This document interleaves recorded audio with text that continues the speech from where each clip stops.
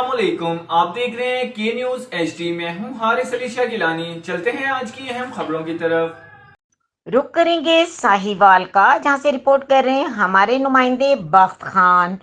پیغام پاکستان کے زیر اہتمام آرٹس کونسل آف ساہیوال میں سیرت النبی صلی اللہ علیہ وآلہ وسلم کی روشنی میں امن کی تعمیر کے حوالے سے کانفرنس میں آر پی او ساہیوال طیب حفیظ چیمہ اور ساہیوال ریجن کے اعلیٰ افسران کے ساتھ ساتھ علماء کرام کی کثیر تعداد نے بھی شرکت کی۔